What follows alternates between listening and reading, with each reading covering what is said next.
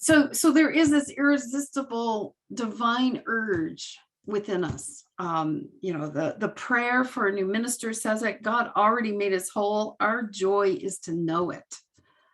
That's saying yes to the yes. So the theme for April is about creativity, living everyday wonder through creativity. And over the course of the month, we'll be looking at the journey. We'll be, as like the journey on Palm Sunday.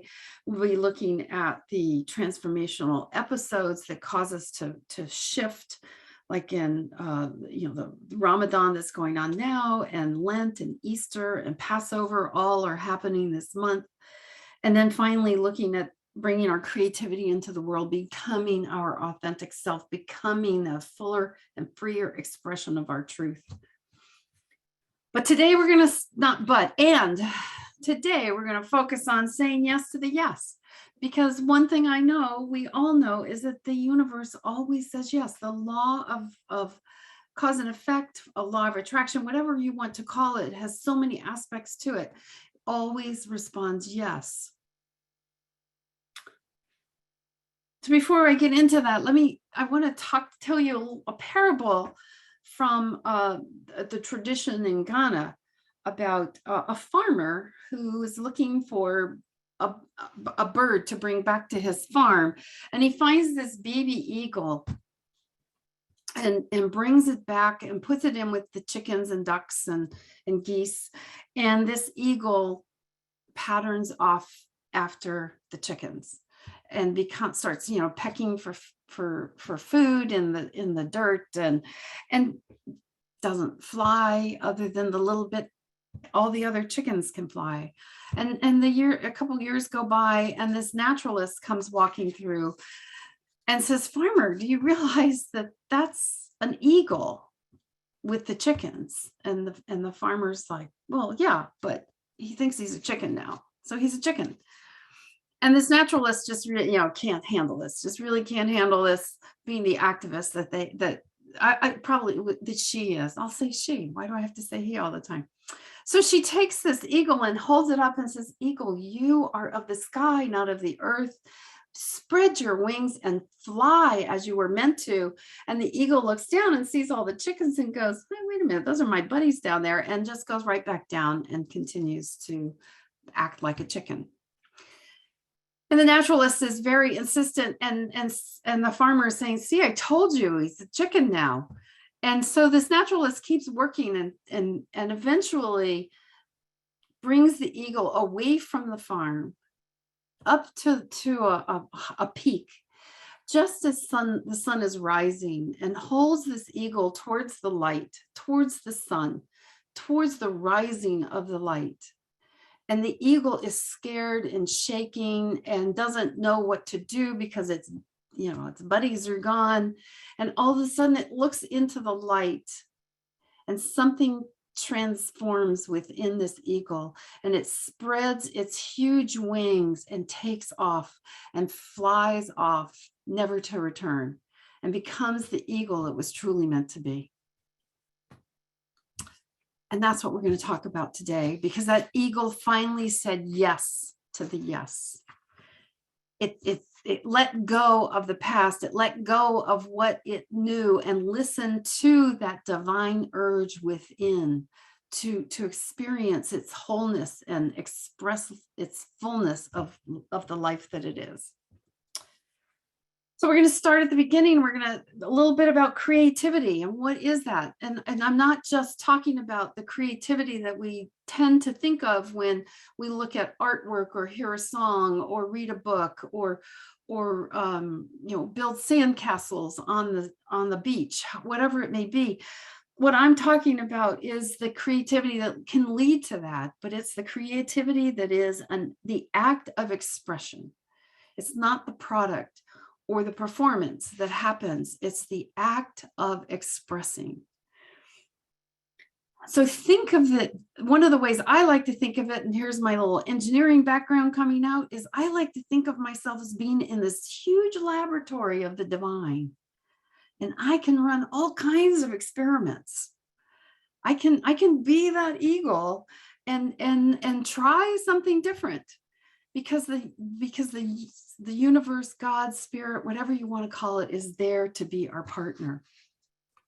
And the reason is because creativity is who and what we are.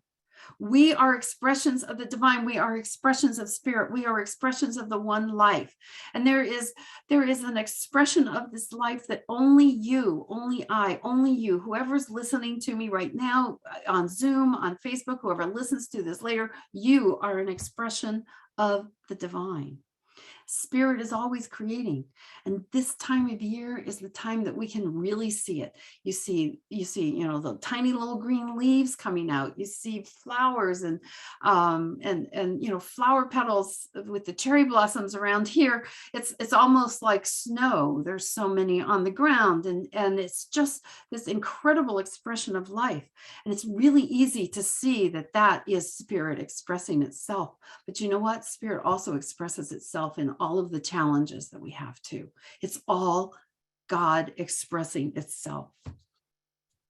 And when we bring this into the individual, and I bring it to myself, what I know is that this creative process is driven by my conscious and unconscious beliefs, and it is driven by your conscious and unconscious beliefs. And so if one has a belief that life is against me, guess what? That's what I'm going to experience. I'm going to experience limitation and discomfort and health issues and painful relationships. And it's very easy if I have those kinds of beliefs, especially, the ones that have been like put on me to believe I'm a chicken when I'm really an eagle. It's hard to let them go, and that's what I continue to experience, and what I need to come back to all the time, and I invite you to also, is remembering that what I'm experiencing on the outside is a mirror of what is going on inside. God already made us whole. Our joy is to know it. Each and every one of us is connected to this limitless source, this divine intelligence, this wisdom that is beyond all other wisdom. We're all connected to it, and we all get intuitive nudges and sparks that try to nudge us along to this fuller expression of our true self, but we don't always listen to it. But when we do, what we find is we come into this dance with creation. We invite spirit, we invite God to be our partner. It's always there to be our partner, but now we invite it in. We invite it to be there with us. We invite it to, because I choose to work with it. And now I get into the dance, and I know what I can figure out the steps of the dance a lot easier than trying to step on toes and everything. And what happens is, when I start to listen and respond to these intuitive nudges, I'm like that eagle. I can go beyond my doubts and fears. We move beyond. We see the sun and we see the light. And the more we recognize that light, the more light we see, the more light expresses in our lives. There's an author, David Walker, who wrote the book, You Are Enough.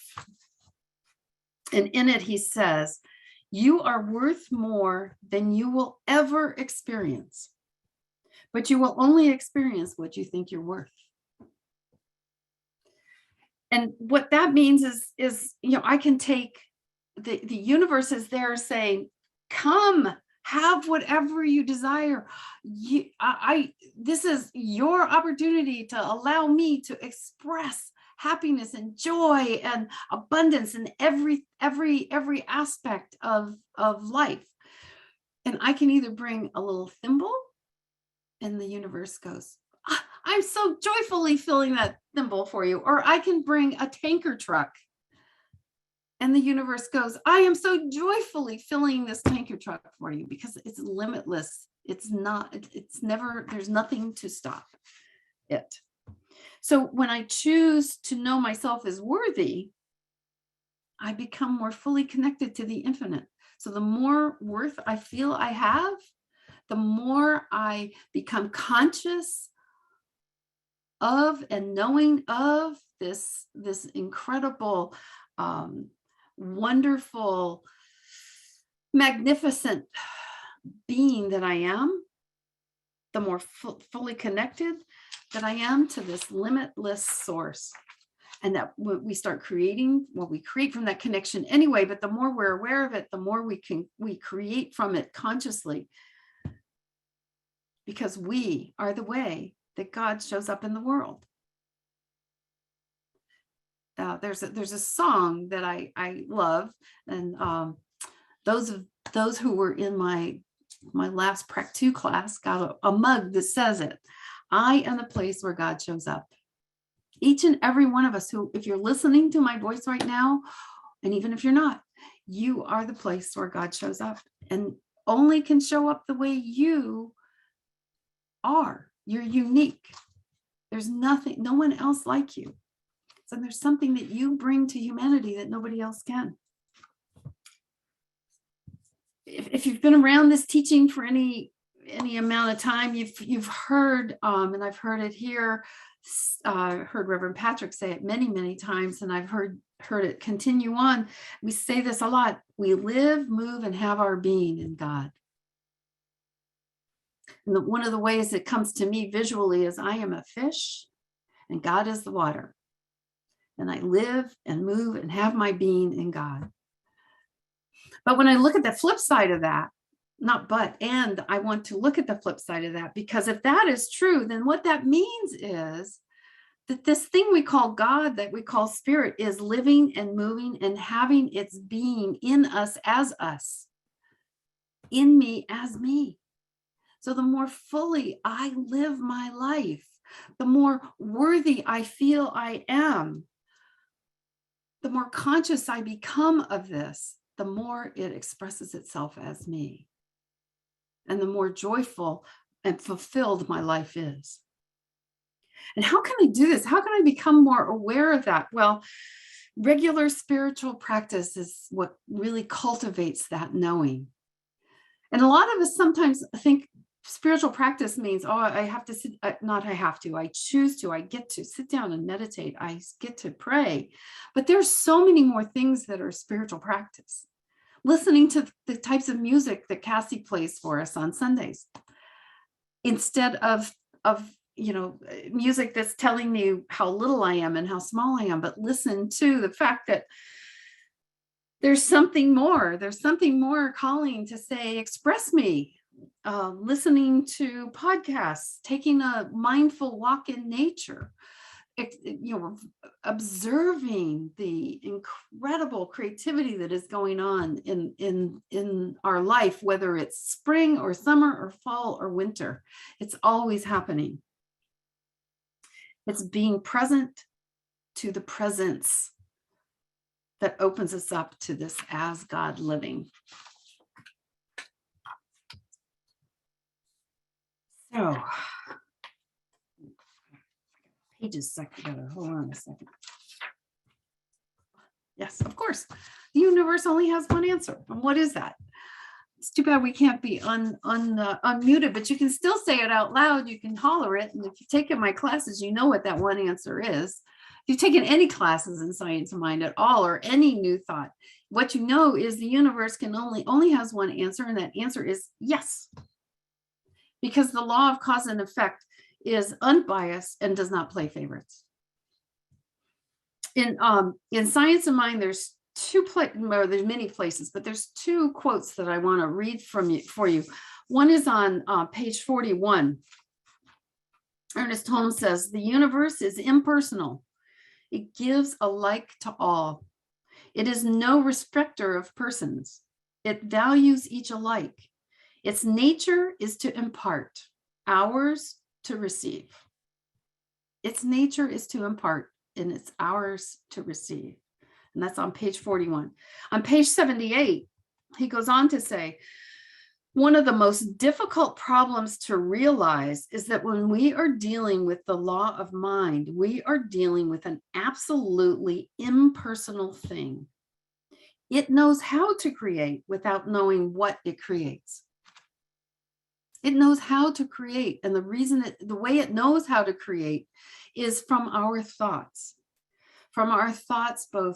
both conscious and unconscious, from our beliefs, from our feelings, from what we put out into the universe. That's the what. And what it does is knows how to bring that into physical form, how to bring that into manifestation. So, and when we, well, I have a mentor that I've done a lot of work with. Her name is Mary Morrissey. And one of the big gems I got from that was, life is going to happen. High probability that everyone who's listening to this will be here next year, and life will continue to express itself as you. And you can do that in two different ways. One is by default. You can just allow the thoughts and feelings and beliefs that you have, both conscious and unconscious, to drive what your experience is of life, and just take whatever life gives you. Or you can do it by design and start paying attention to that. Start consciously using this law and have the life that you desire, that you love. One of the practitioners I worked with for many, many years will always ask me whenever it's time to do spiritual mind treatments. She goes, "So Jackie, what would you love?" It's a whole different thought going into what I want her to do prayer about. Then what's your problem? What do you want to, it's like, oh, what would I love? Oh, it's a different way to think about it. Because when I do that, I'm allowing spirit. I'm not asking, I am allowing spirit to become my partner. Because it's my imagination. It's our imagination that connects us to spirit. So feed that imagination. Go big, go to what you would love. And by inviting this partner into our creative process, by consciously utilizing it, it supports us. And we can do that through all of our spiritual practices. And in particular, meditation and contemplation. One thing I have used many times is, or I use all the time, not many times, is if there's something that I really desire, I contemplate that. I get into a state of what would it feel like to have that in my life, to experience that in my life. And I get the feeling and I hold that feeling, and then I go into meditation. I take that feeling into meditation. And now I am opening myself up to all that responds to that feeling. That's a spiritual practice. So again, we can experience life by design or by default. And knowing that both our conscious and unconscious beliefs create our experience, let's say yes to that yes. And Moni's going to be teaching a class called Principles of Financial Freedom. And in there, you're going to learn about, well, if the universe is always saying yes, if the law always says yes, and I'm not experiencing what I think I'm asking for, yes, then I need to go in and take a look at what is changing that, what is shifting that, what in my unconscious and conscious beliefs is causing not to have a nice pinpoint. If you look at our teaching symbol, that V, that point of the V is not coming to where I want the yes, it's doing a yes somewhere else. Then what I need to do is intentionally allow myself to reveal what it is, heal that, and change my beliefs, intentionally change my beliefs that limit me or hold me back. When we do this, what we do is we grow and strengthen our spiritual muscle. And we do that through a regular spiritual practice. Just like if I am an athlete, if I decide tomorrow that I want to, as I'm coming into this stage called the age of 70, I decide I want to run a marathon, I'm not going to get up and start running 26 miles tomorrow morning. I can guarantee you that. However, I know I can. but I need to do a regular practice. I need to exercise those muscles that will carry me for that amount of time. My entire body needs to be exercised. My entire body needs to practice and build myself up to that. And that's the same thing with our spiritual muscle. And then what happens is, as we practice this, we put new beliefs in to replace the old ones. And once we start replacing limiting beliefs with a belief that is more limitless, then what happens is it begins to express and form, and our life begins to change. In his book, The Mind of the Soul, Gary Zukav says, choosing is the act of creation. The most important choices you make are the choices about how you see yourself, the universe, and your relationship to the universe. So when I have the conviction that I am worthy, that's a vital part of this growth. When you have the conviction that you are worthy and you are worth more, and there is that, as Karen Drucker said, that call to be something more, or as Ernest Holmes said in the reading that Gary did, that there's this irresistible divine urge within us to be happy, to be whole, and to express the fullness of life. You start to grow. Knowing your own worth is the beginning of that. And so as we grow and we embrace the greater possibilities, and we start to experience even greater demonstrations in our life. So say yes to the yes. Trust your desire to be more. Trust it. There's a calling there. There's something there. And I can, my own personal experience is, the more I resist, the more it persists. It will just continue to be there,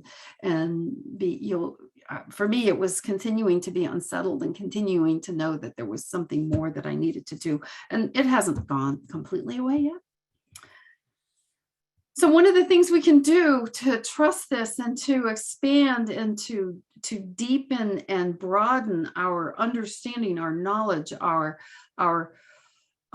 acknowledgement of this connection that we have, is through meditation, through study, through classes, through contemplation, through taking walks in nature and being mindful of what's going on around you. Pay attention to the birds. And this morning I was walking my dog, and I got to watch this incredible happening of this crow, that the mockingbirds and a squirrel were like bound and determined to get out of their space. They were working together. Mockingbirds and a squirrel were working together to get a crow gone. And they just kept following him wherever he went. It was fantastic to just watch. I'm assuming that the crow wanted to do something negative in their life. And they're like, no, it's like the old thought, just getting it out of there. Another thing to remember that can always seep in, especially as an unconscious belief, is that because of what happened before, this can't happen. And it's very, very important to remember that principle is never bound by precedent. Spirit, God, the great spirit, whatever you call this, life is not bound by what happened before. It's not bound by our past experiences, our old beliefs. And I invite you to remember the eagle that was raised as a chicken. And once it let go of those old beliefs, it was able to live its life as an eagle. So I'm going to ask you to take one moment right now and repeat after me. Say this out loud, an affirmation. And if you want, I can type it in later, or Cassie, I know you're really good at typing. If you want to type it in, you can. Because this is a gift I give you this week. I know myself as spirit knows me. Spirit knows me. Creative, unique, wonderful. So let's do this one more time. Say it as loud as you can. I know myself as spirit knows me. Creative, unique, wonderful.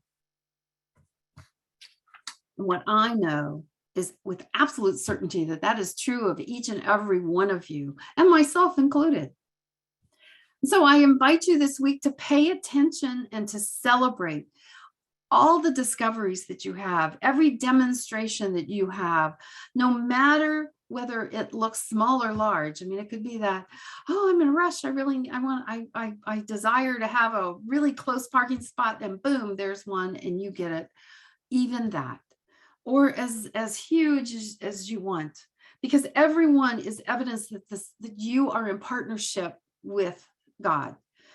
And every time you recognize that, you increase your awareness of that. So therefore, more comes into your life because energy is going to flow where you put your attention. So put your attention on celebrating your demonstrations, celebrating your worth.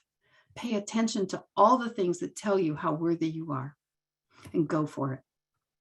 And I love each and every one of you. Namaste.